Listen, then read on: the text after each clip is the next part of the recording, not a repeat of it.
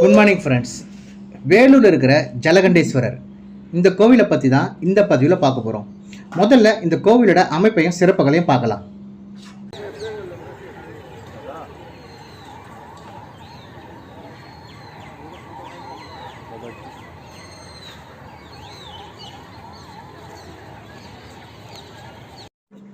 வேலூர் பழைய பஸ் ஸ்டாண்ட்ல இருந்து வாக்கபிள் டிஸ்டன்ஸ்லாம் இந்த கோவில் அமைஞ்சிருக்கு.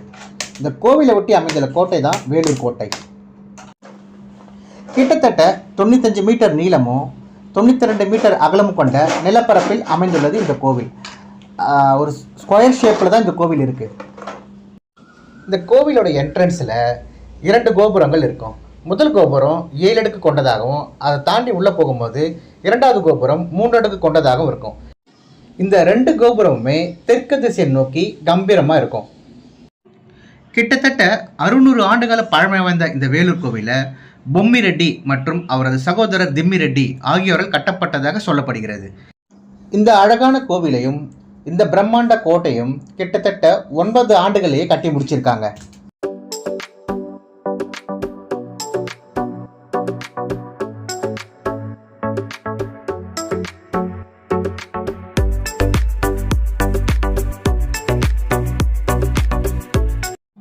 வேலூர் ஜலகண்டேஸ்வரர் கோவில் விஜயநகர பேரரசின் கீழ் வேலூர் இருந்தபோது கட்டப்பட்டது. இப்போ இந்த கோவிலோட சிறப்புகளை பார்க்கலாம். இந்த கோவிலில் சிவன் பத்ம விமானத்தின் கீழ் அருள்பாலிக்கிறார். சிவன் சன்னதியின் பின்புறம் திருப்பதி அமைப்பில் வெங்கடேச பெருமாள் காட்சி தருகிறார். புரட்டாசி சனிக்கிழமைகளில் இவருக்கு மகா அபிஷேகம் நடைபெறும். இத்தலத்து இறைவன் கிழக்கு திசை நோக்கி காட்சி தருகிறார். இங்குள்ள நந்தியின் முன்பு பக்தர்கள் தங்கள் பிரார்த்தனை நிறைவேற தீபம் ஏற்றாத அகல் விளக்கு வைப்பது வித்தியாசமான பிரார்த்தனை. இவருக்கு மாட்டுப்பொங்கல் அன்று விசேஷ பூஜை உண்டு. இத்தலத்து விநாயகர் செல்வ விநாயகர் என்று அழைக்கப்படுகிறார். சூரியன் சந்திரனை விழுங்கும் ராகு கேது மற்றும் தங்கவெள்ளி பல்லிகள் பிரகாரத்தில் சிற்பமாக வடிவமைக்கப்பட்டிருக்கிறது. நாகதோஷம் உள்ளவர்களும் பள்ளி தொடர்பான தோஷம் இருப்பவர்களும் சிவனை வணங்கிவிட்டு இவற்றையும் வணங்கி செல்கிறார்கள். ஆதிசங்கரர் பிரகாரத்தில் இருக்கிறார். சித்திரையில் இவருக்கு சங்கர ஜெயந்தி விழா கொண்டாடப்படுகிறது. இத்தலத்து இறைவன் ருத்ராட்ச பந்தலின் கீழ் காட்சி தருகிறார். நோய் நீக்குபவராக அருளுவதால் ஜுரகண்டேஸ்வரர் என்ற பெயரும் உண்டு. பக்தர்கள் இவருக்கு அதிக அளவில் ருத்ராபிஷேகம் செய்து வேண்டிக் கொள்கிறார்கள்.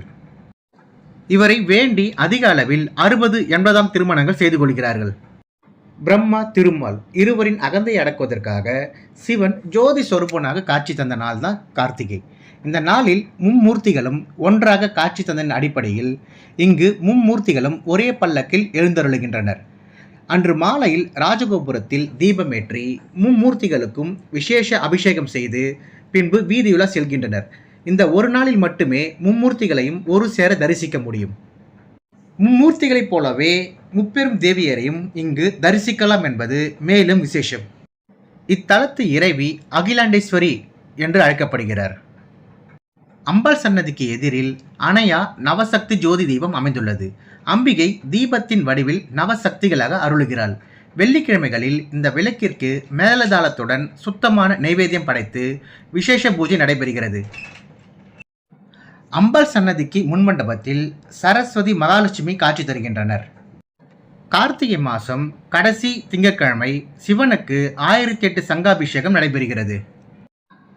ஐப்பசி பௌர்ணமியில் சிவனுக்கு அன்னாபிஷேகமும் அம்பிகைக்கு காய்கறி பழங்களால் அலங்கரிக்கும் சாகம்பரி உற்சவம் நடக்கிறது. இந்த வேளையில் சிவன் அம்பிகை தரிசித்தால் அன்னத்திற்கும் விளைபொருட்களுக்கும் குறையில்லாத நிலை ஏற்படும் என்று சொல்லப்படுகிறது.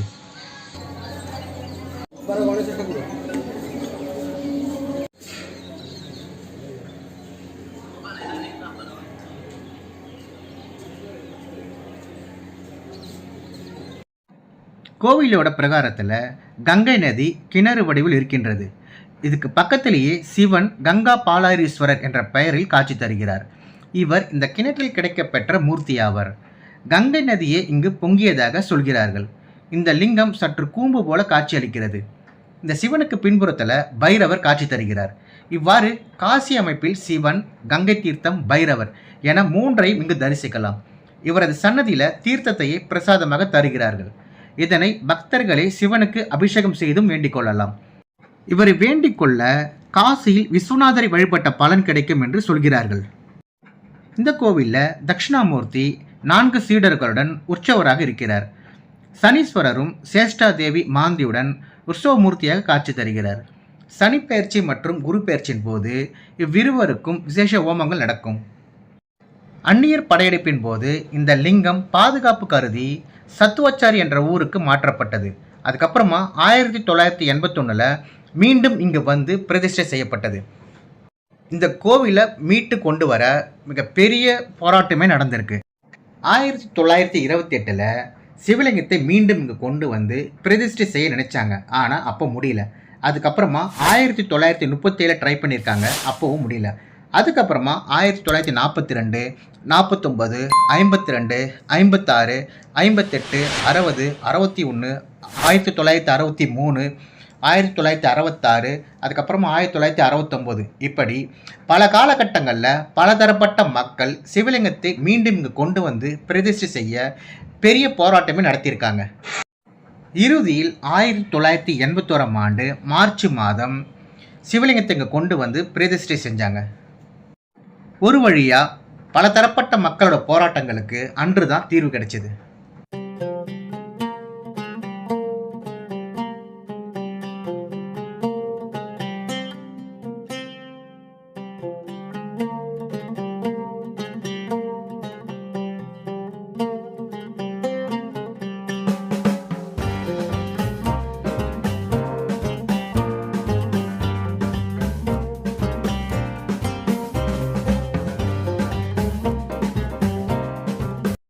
இப்போ இந்த கோவிலில் இருக்கிற மிக முக்கியமான ஒன்றை பற்றி பார்க்கலாம்.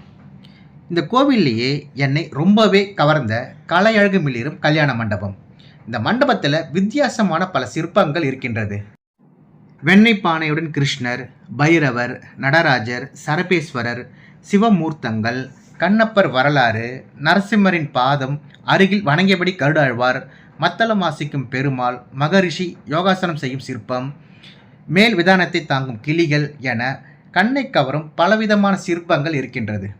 இதில் என்ன ஒரு ஆச்சரியம்னா, இந்த மண்டபத்தோட அழகில் மயங்கிய வெள்ளைய தளபதி ஒருவர் இந்த மண்டபத்தை தூண்களோட பெயர்த்து செல்ல விரும்பினாராம். இதற்காக வெளிநாட்டிலிருந்து கப்பலையும் வர வச்சாராம்.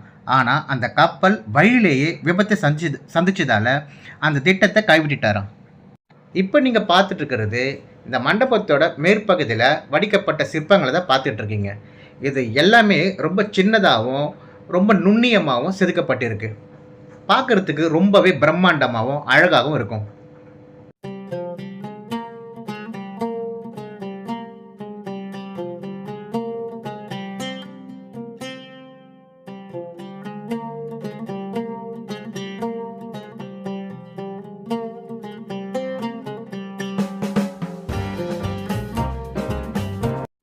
சித்திரை பிரம்மோற்சவத்தின் போது 8 சப்பரங்களில் 8 நாயன்மார்கள் வீதம் 64 நாயன்மார்களும் வீதியுலா செல்வர். இவர்களுடன் சிவன் யானை வாகனத்தில் பவனி செல்வார். இந்த வைபவம் இங்கு மிகவும் விசேஷமாக நடக்கும். இந்த கோவில் காலை 6:30 மணி முதல் மாலை 1 மணி வரையிலும், மாலை 3 மணி முதல் இரவு 8:30 மணி வரையிலும் திறந்திருக்கும். இந்த கோவிலோட அமைப்பையும் சிறப்புகளையும் பார்த்தோம். இப்போ இந்த கோவிலோட ஹிஸ்ட்ரியை பார்க்கலாம். அதுக்கு முன்னாடி நம்ம சேனலை சப்ஸ்கிரைப் பண்ணுங்கள், ஷேர் பண்ணுங்கள், வீடியோ பிடிச்சிருந்தால் லைக்கும் பண்ணுங்கள். அப்படியே பக்கத்தில் இருக்கிற பெல் ஐக்கானே ப்ரெஸ் பண்ணுங்கள். அப்போ தான் நம்ம போடுற வீடியோ உங்களுக்கு நோட்டிஃபிகேஷனில் வரும்.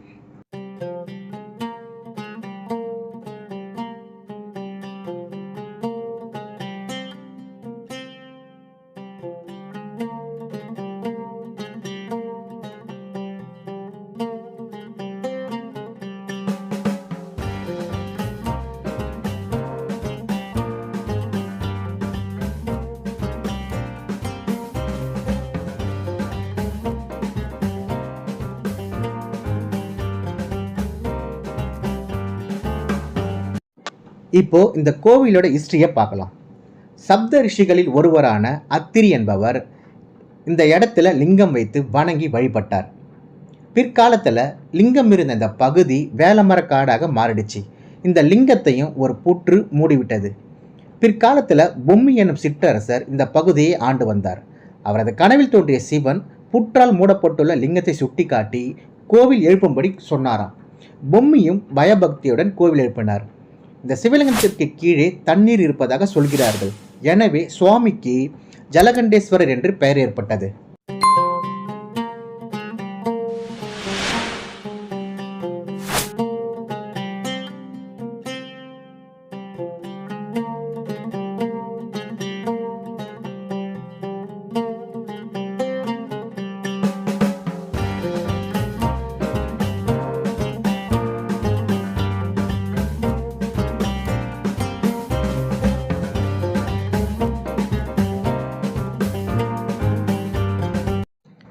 பிரம்மா, விஷ்ணு, சிவன் ஆகிய மும்மூர்த்திகளும் பார்வதி, லட்சுமி, சரஸ்வதி ஆகிய முப்பெரும் தேவியரும் அருளும் தலம். இந்த கோவிலை சுற்றி கட்டப்பட்ட வேலூர் கோட்டை தரையில் கட்டப்பெற்ற கோட்டைகளிலேயே ரொம்பவும் சிறப்பு வாய்ந்தது. இந்தியாவிலேயே அகழியோடு கூடிய ஒரே கோட்டை வேலூர் கோட்டை மட்டுமே. இதன் அமைப்பும் இதன் அழகும் மிகவும் பிரம்மாண்டமாக இருக்கும். கிட்டத்தட்ட 3 கிலோமீட்டர் நீளம் சுற்று மதிர்ச்சுவர்களை கொண்டு அமைந்துள்ள இந்த கோட்டை இத்தாலிய நாட்டு பொறியியல் நிபுணர்களை கொண்டு கட்டப்பட்டதாக சொல்கிறார்கள். நீங்கள் இந்த கோவிலுக்கு போகும்போது இந்த கோட்டையும் சுற்றி பாருங்கள், ரொம்பவே நல்லாயிருக்கும். இந்த கோவிலை பற்றி எனக்கு தெரிஞ்ச தகவலை பதிவு பண்ணியிருக்கேன். மேலும் சில தகவல்களை டிஸ்கிரிப்ஷனில் கொடுத்துருக்கேன். உங்களுக்கு மேலும் தகவல் தெரிஞ்சால் கீழே கமெண்ட் பண்ணுங்கள். வாய்ப்பு கிடைக்கும் போது இந்த கோவிலுக்கு கட்டாயமாக குடும்பத்தோடு போயிட்டு வாங்க. மீண்டும் ஒரு பதிவில் சந்திக்கிறேன். Tata, bye bye.